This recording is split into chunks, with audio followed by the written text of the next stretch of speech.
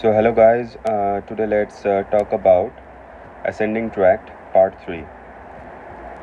So it is also known as anterolateral system as well as also known as pain and temperature pathway. So as we know, all the ascending tracts are sensory. Please focus here. In previously we discussed about the dorsal, and we know dorsal has a specific type of response which it carries, as well as we told that 2-point discrimination, proprioception, that kind of responses or sensory information.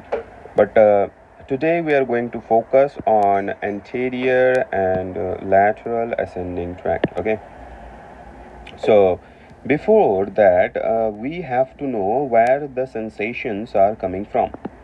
Now, this is our skin, and from the skin, we will have some pains and temperature. So, in this section, we are going to discuss about the pain. So, we know here it has a particular receptor known as a free nerve ending. So free nerve ending is a receptor. So it receives what? It receives the pain signal. Here you can see I wrote down two kind of fibers. One is A delta fiber, another one is C fiber. So what is the differentiation between this? A delta fiber has highly myelinated. So as you know, high myelination, high speed. And C fiber, it is poorly myelinated, so less speed. So A delta fiber will have a sharp pain. Relative to that, C fiber will have dull pain. Now, so again, these all are what? Receptors, right? Now let's see here, when the fibers are coming from this receptor, where they are going. So they are maybe coming from anterior or posterior rami, then it will ends up to where? The spinal nerve. Then definitely, because it is sensory, it will go to dorsal root. Then we know here we got our dorsal root ganglion, then it will go to dorsal rootlet. But we have to focus here, it terminates in the spinal cord. This is the take home point also here. Now, when it terminates here, you can see that it is going where? So if we say this is left and this is right, so the fibers from the left side is going to the right side of the spinal cord, then it's ascending towards the brain. Okay, so this is a very important point when we in the future lecture we are going to talk about the trauma when we say ipsilateral or contralateral loss of sensation. So let's focus here. So we know that every signal has to generate via a chemical.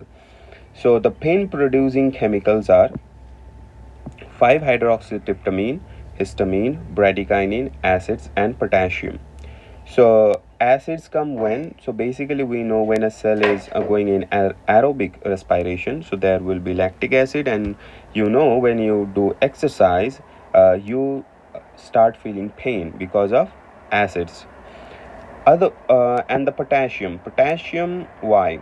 Because you know a cell is full of potassium. Right, so intracellularly or in the cytoplasm, the potassium concentration is high with respect to the extracellular. So if the potassium start leaking, it will stimulate what? Free nerve ending, and yes, there is pain. Now let's focus here, pain modulator. What is pain modulator? Pain modulator is this one. So pain rapidly initiate means the with respect to action potential, we know if the resting membrane potential is minus 90 millivolt, so to generate an action potential, so let's say it is minus 45, the action potential will generate. It has a long voltage gap. But if there is any pain modulator there, now the resting membrane potential if becomes minus 65, so it will easily go to where? Minus 40. So the action potential will rapidly generate. So this is the concept of the pain modulator, and here are some examples such as prostaglandin and substrate P. Now to the next step.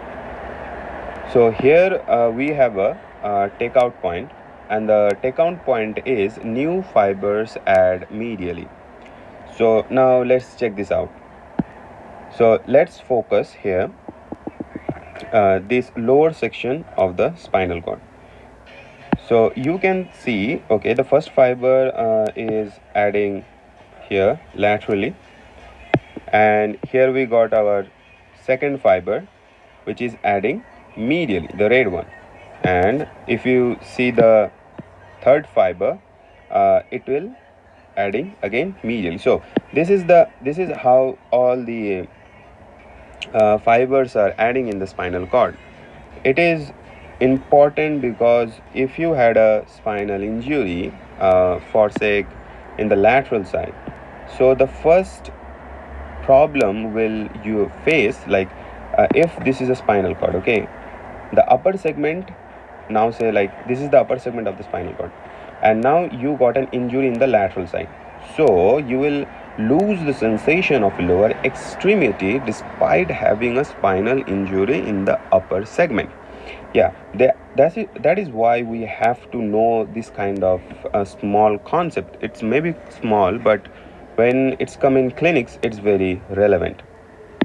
So again, what are the sensation? Pain and temperature. And as you can see here, these are what? These are all lateral spinothalamic tract.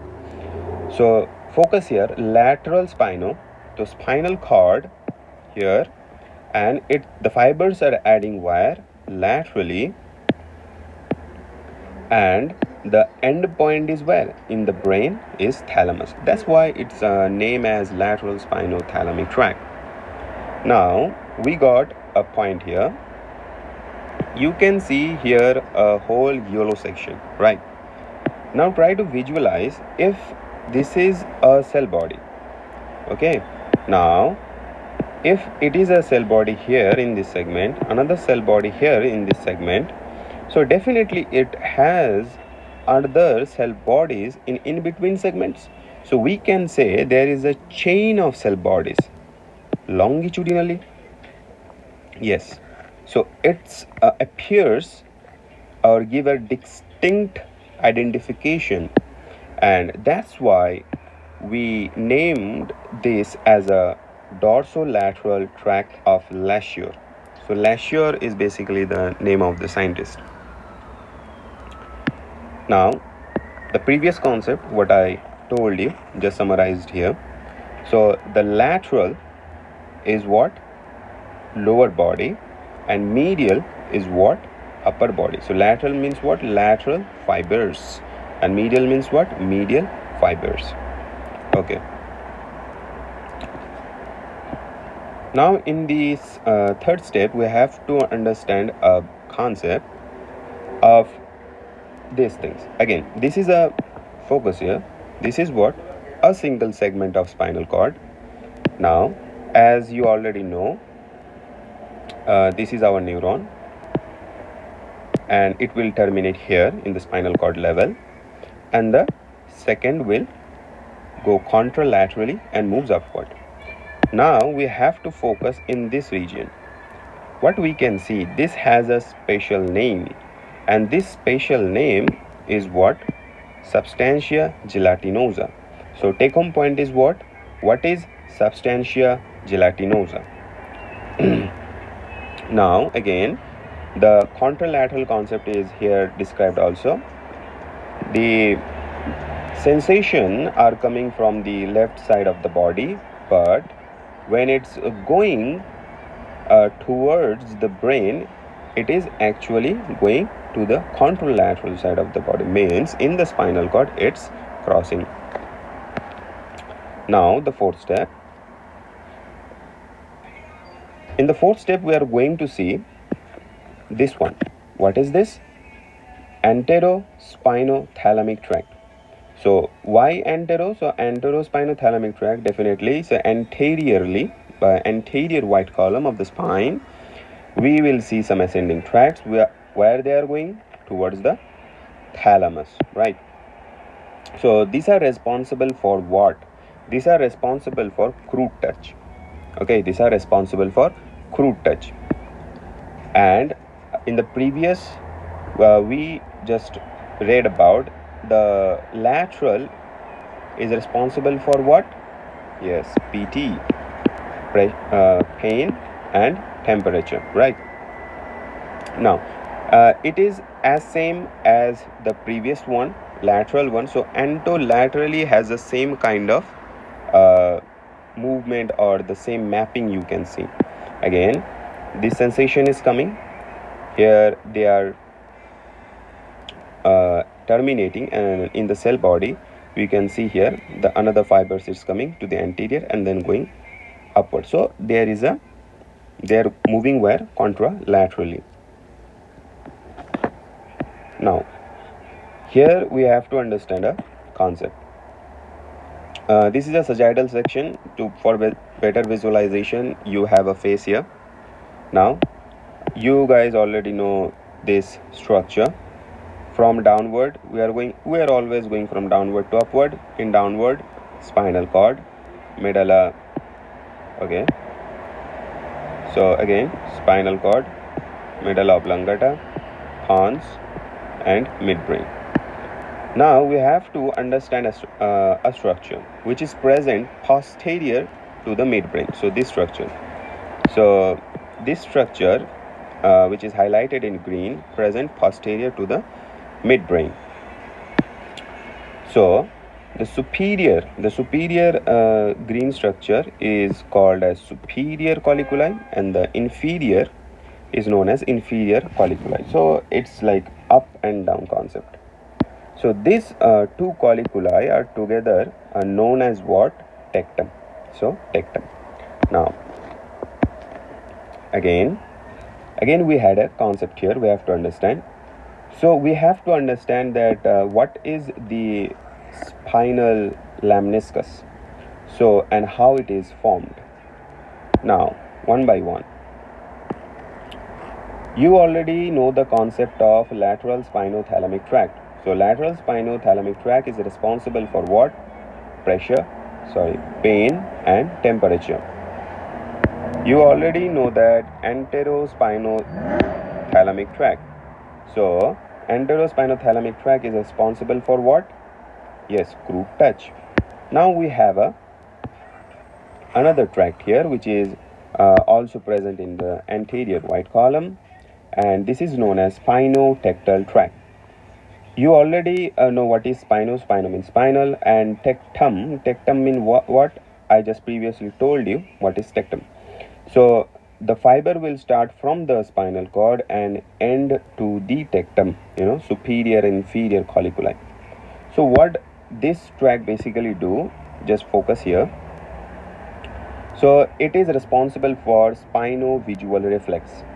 A good example will be like if you are walking and there is a sharp stone or nail in the ground, and unfortunately you pricked it, your sole pierced it to your plantar, and you feel a sudden hurt. Suddenly you got hurt, right? So what you do, you just suddenly take a look at your foot. So this is known as spino-visual reflex. Now, so this three tract, this one and this one, so this three tract is going to merge together. So focus here. So three tract fused at medulla. So at the medulla level, this three tract will fuse and it will form spinal laminiscus. Again, in previously we talked about what is laminiscus. Lamniscus is what? When there is a flattened bundle of axons in the cross section. Now, here we have a concept we have to understand. So this is the structure you guys already know. It is the structure of thalamus. In the thalamus, you know, we have a intralaminar nuclei and intrathalamic lamina. Okay, now here we got our fast pain fiber. I already told you the fiber concept, and here we got our slow pain fiber. Now we have to understand, so you guys know where these pain fibers are coming from. Now focus here. This is called reticular formation. So what is reticular formation? So what is reticular formation, I will tell you later, but now focus here that the slow pain fiber, slow pain fiber will give some branches to the reticular formation here, as you can see, but fast pain fiber doesn't give. So this is a point you have to understand, like how when you have a dull pain, you are, it gives a stimulus, you are active, right? Now these two fibers, which is slow and fast pain fibers, ultimately goes to the thalamus, to where? To our VPL, ventral posterolateral nucleus. Now focus in this miniature diagram. So here you can see the concept of reticular formation. So you can see this reticular formation is situated in the midbrain, and reticular formation is basically a cluster of nucleus. Now reticular formation rises many fibers to our whole cerebral cortex, and the concept behind is this: when you are active, it means reticular formation is firing and stimulating all the cortex, all your frontal, parietal, occipital, temporal, all those things are activated. Okay. And if you are sleeping, it means that your reticular formation is off. It is not sending any kind of stimulation to our cerebral cortex. So this is a basic concept of the reticular formation. Now, here we will see how the reticular formation actually works or stimulates. So first, focus to the basics. So this is our what? This is our spinal cord. This is our medulla oblongata. This is our pons, and this is our midbrain. Okay. Now you see this reticular formation is located in the midbrain. Okay. So it covers the so reticular formation is located along the brainstem. So it covers the midbrain, the pons, the medulla oblongata. Now start from downward. It's saying all ascending fiber gives some branches to the reticular formation. So all the ascending branches are giving what? Fibers to our reticular formation. Now the reticular formation is now active. Now it will start firing. If you follow the fibers coming from the reticular formation, you can easily appreciate that these fibers are first going to where? Intralaminar nucleus, and from there it is distributing all over the cortex. So like your thinking, such as prefrontal, sensation, premotor, what is it? So cortex, our hearing, our seeing, all the sensation are activated. So now, if we say a simple question that the function of reticular formation, so in the simple word, it will be activation of cerebral cortex. Okay, so if it is like, if you are thinking, you are excited, you are seeing good, it means you are active. When you think you are active, it means your reticular formation is firing. Now let's come to some important points. Okay, so you know the post-central gyrus. So what is post-central gyrus? So we have pre-central gyrus, post-central gyrus. We will discuss in later. But for information's sake, let's just remind here. Post-central gyrus, which is associated with sensation, where pre-central gyrus is associated with motor information. Now it do what? It's saying analysis of pain and temperature. So what do you mean by analysis? Analysis means the severity of pain or the temperature. It's like too hot, little hot, it's sharp pain or dull pain. And location, where it is located. It's like a pinpoint or diffuse. The another point is cingulate gyrus. So I will show you later where the cingulate gyrus is located. Just remember, it is associated with pain, with emotions. For an example, like when you have a breakup like thing. Then we got our insular cortex. So insular cortex is mainly a slow fiber. So definitely you will have a diffuse and dull pain, which is associated with autonomic pains, which is not to your control, such as tachycardia. When you have it, you will feel a little tingling, like a painful like sensation. Here we got a question. So why fast pain well localized and poor pain or the dull pain is poorly localized? So if I think, the reasoning will be like, here is the pain and it has a straight path to the destination. So it's like a straight directly hitting, like it's very easy. Like you think like a person is punching you in a bare fist or in a different way, like a person is shooting another person. If it is direct without any bulletproof jacket, the person will die and definitely he will feel severe pain. But the person, if wearing a bulletproof jacket, definitely the person, chances he will survive, but there will be a little bit of less pain. So this is the concept.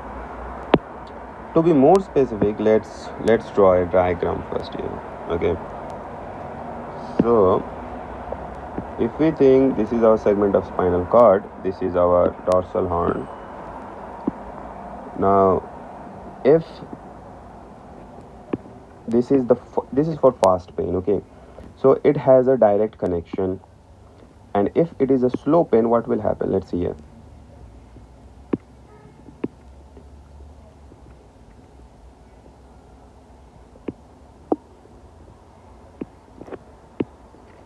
So this kind of thing happens.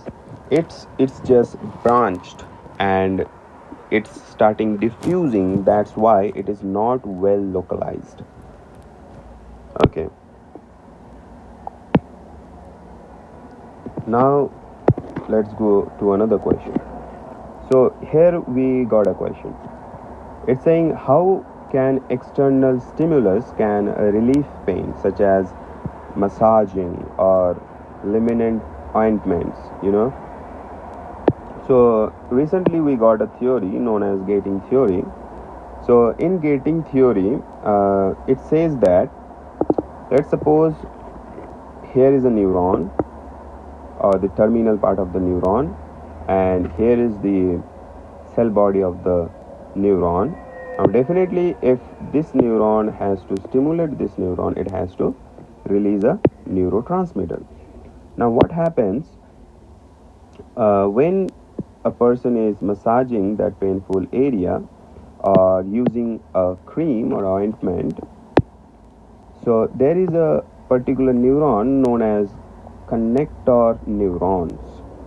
So when you massaging, for an instance, let's say this nerve is stimulated, and if you see, this nerve has a branch which is stimulating this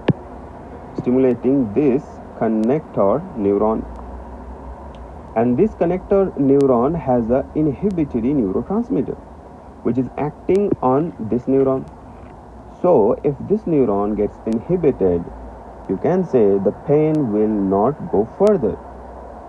So this is how the external stimulus can cut off the pain. Now to the finale. Let's start from downward. Again, we know crude touch, which is associated with anterior, and pain and temperature, which is associated with lateral ascending tract. Now just follow it. So it's coming here, it's terminating, another neuron starts going contralaterally, then moving upward. Okay, again let's think this one, crude touch, coming here, coming and contralaterally to the anterior, moving upward. Now this structure, when we say this is spinal laminiscus, we already told the concept, and this tract which is known as what? Spinotactile tract. So this all structure you got, right? So now the fibers are going upward, but you know that the pain fibers have some fibers going towards the reticular formation. Now you see the fibers are moving upwards toward the thalamus, and in the thalamus you can see the VPL, ventral posterolateral nucleus. From the VPL, the fibers are going to where? To the posterior limb of internal capsule. Now this from the posterior limb of internal capsule, the fiber start radiating, fiber starts radiating. Same thing happens to our, now if we take the blue line, same thing will happen. It will go to where? To the VPL, then posterior limb, and posterior limb to again to the whole cortex, right? Now you see some important structure. I told you I will tell two structure here. One is our cingulate gyrus. So here you can see the location of cingulate gyrus, which is also receiving the pain signal, but which is associated with what? Emotion. Again, focus here. You can see the location of insula, and we know insula is what? Autonomic pain. Now for the ending part, let's focus here. So here you can see again the concept: first order neuron, second order neuron, third order neuron. How we are going to define? Easy, by cell bodies. So let's focus here. Here we got our first order neuron, right? And then we say it will, you can see this cell body, right? So here, from here to up to the thalamus, you can see the second order neuron. Again from thalamus, from VPL, definitely that is a cluster of cell bodies. The next fiber will come up to the cerebral cortex. So this is third order neuron. So again, focus this part of the segment. So if you say, if there is a injury, let's suppose there is a injury in this side. For an instance, okay, let's say this is our left side and this is our right side. Now if there is an injury in the left side of the spinal column, now say which side of our body will lose maybe pain, temperature, or crude touch? Right side. Okay, so this is the concept, like how we are going to define the contralateral and ipsilateral loss of sensation. So that's for now. Thanks for watching. Please share, subscribe and comment down. For now,